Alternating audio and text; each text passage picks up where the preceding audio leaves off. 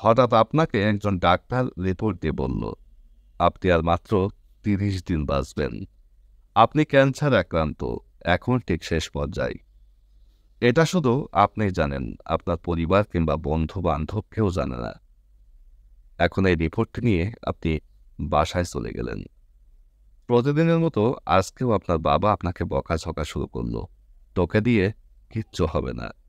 সারাদিন কোথায় কোথায় থাকিস, তুই অকাজের ছেলে, ইত্যাদি ইত্যাদি। ঠিক মধ্যবিত্ত পরিবারের বাবারা যেমন হয় আর কি।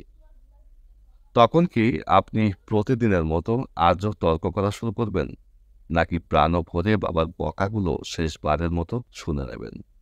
হঠাৎ আপনার আম্মু এসে আপনাকে বলল, নে ভাত খেয়ে নে। আপনার মনে হবে, এই বুঝি আমার মায়ের হাতের শেষবারের মতো খাওয়া, আমি তো আর বাঁচব না।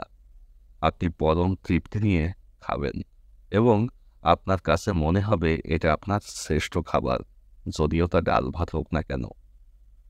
আপনি বাহিরে বের হলেন, পুরানো এক বন্ধুর সাথে দেখা, যাকে আপনি মোটেও সহ্য করতে পারতেন না। সবসময় তার সাথে কথা কাটাকাটি হয়। আজকেও সে আপনাকে অনেক কিছু কথা শুনিয়ে দিল। আচ্ছা, এখন কি আপনিও তর্ক করা শুরু করে দেবেন?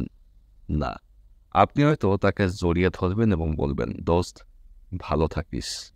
আপনি আপনার এলাকাটা ঘুরে ঘুরে দেখলেন, দেখছেন আর ভাবছেন, এই বুঝি আমার শেষ দেখা। প্রাণও ভরে দেখছেন, আকাশ, বাতাস, গাছ। কি আপনাদের এলাকাতে যে 2-3টা কুকুর আছে, ওদেরকেও আপনি প্রাণ ভরেই দেখছেন। হয়তো এটাই শেষ দেখা। কুকুরগুলোকে আপনি দোকান থেকে কিছু কিনে খাওয়ালেন। এলাকার যেই মুরব্বীরা দেখলে আপনি দূরে সরে যেতেন, এখন তাদের দিকে এগিয়ে গেলেন। বললেন, চাচা, আমার শরীরটা ভালো নাই, আমার জন্য দোয়া করবেন, কখনো ভুল হলে ক্ষমা করে দেবেন। আপনার চক্ষু শীতল হয়ে যাচ্ছে। হঠাৎ আপনার মনে হলো নামাজ পড়া উচিত। আপনি দৌড়ে গেলেন আপনার রবের কাছে। আজ আর কোনো দুনিয়াবি চাওয়া না, শুধু ক্ষমা ভিক্ষা চাইলেন। আপনি যা দেখছেন তাই ভালো লাগছে, সবকিছুই অসাধারণ।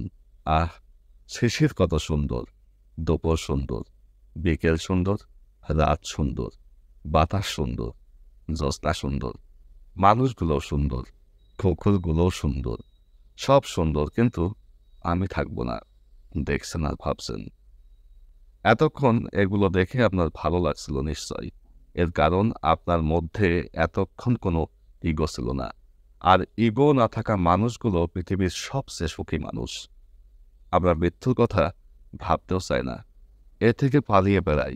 কিন্তু আপনি যদি ভাবেন আজই আপনার শেষ দিন, তাহলে দেখবেন সব কিছুই আপনার কাছে ভালো লাগছে। তাই ইগো ছেড়ে দিন, ভালো থাকুন।